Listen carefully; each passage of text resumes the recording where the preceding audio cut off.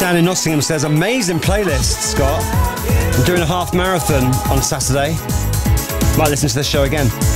Karen says, thank you for your tunes today on your first show, Scott. I loved Birthday Game and I love Speedmates. Kept me and John amused as we drive home to Nottingham from Saltburn. Well, Karen, we're going to do it all again tomorrow from 2. And it's Sarah Cox next. It's Radio 2 on the BBC Sounds app, on your smart speaker and on 88 to 91 FM. BBC News at 4 o'clock. This is Justine Green. The Home Secretary Suella Braverman is due to make a statement to MPs about yesterday's attack on a migrant processing facility in Dover and overcrowding at nearby Manston. Hundreds of people were moved there after the attack, but conditions have been described as wretched. Alp Mehmet is the chair of the think tank Migration Watch UK. He says the system needs to change to stop people crossing the channel. We are doing so much for those who are in genuine need. Hundreds of thousands have come here as a result of our taking them in because they're seeking refuge. But doing it this way, of simply allowing people to come and immediately housing them, is simply not the way to do it. Ms Braverman is also expected to answer questions about her breach of the ministerial code, which led to her resignation under Liz Truss. She admitted sending a government document from her personal email account. A coroner has said there was a catalogue of missed opportunities by the University of Exeter to provide support to a student who took his own life. 21-year-old Harry Armstrong Evans died at his home in Cornwall last year after his mental health declined and he became worried about failing some exams. His dad Rupert has called for the creation of Harry's Law to give universities a legal duty of care to students. No parent should outlive their child.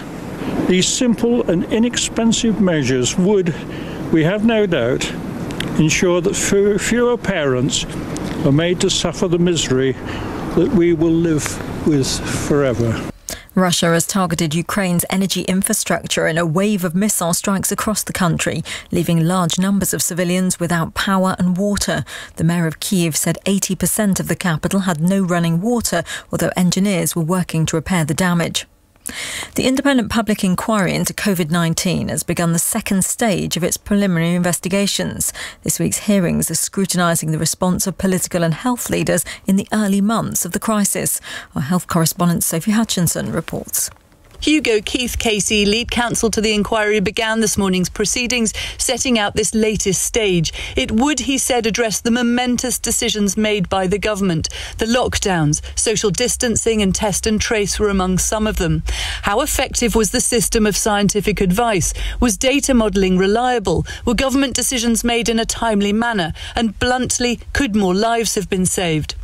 The government has announced that a mandatory housing order for all poultry and captive birds in England will come into force on the 7th of November under new restrictions to try to tackle bird flu. Similar restrictions are already in place in Suffolk, Norfolk and parts of Essex. Now let's get to sport with Shojo Saka.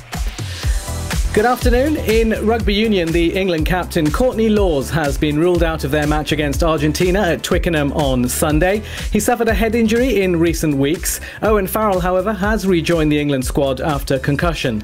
Australia's cricketers have improved their chances of reaching the men's T20 World Cup semi-finals. That's after a 42-run win over Ireland in Brisbane. England have a key group match against New Zealand tomorrow. Following the World Cup in Qatar, the Wales national football teams may go under its Welsh name Cymru on the global stage. Informal discussions about a change have taken place with European football's ruling body, UEFA.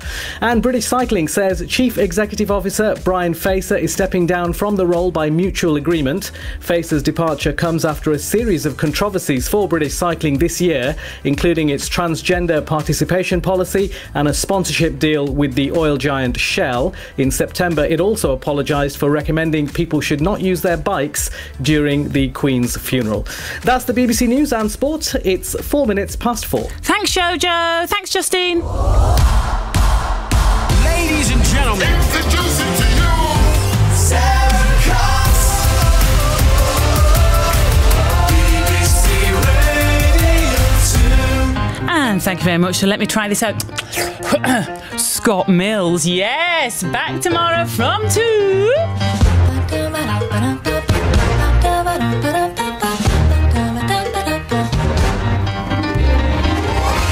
and gentlemen, boys and girls, and everyone in between, welcome along to your magnificent Monday Tea Time extravaganza.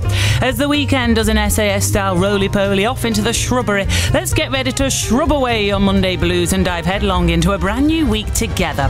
As per, we've got music so good your hips will shake more than all the maracas at a Bez convention. There's features galore, plus you sprinkled liberally over the next 3 hours. Text us 88291. As it's a Monday, there's Jukebox Jam, plus first and last a half hour, pout for the paps at the Sarahs, and next we launch this week's Totally Devoted, plus Dog Shtick and Wet One. I'm excited. Orville's excited. Like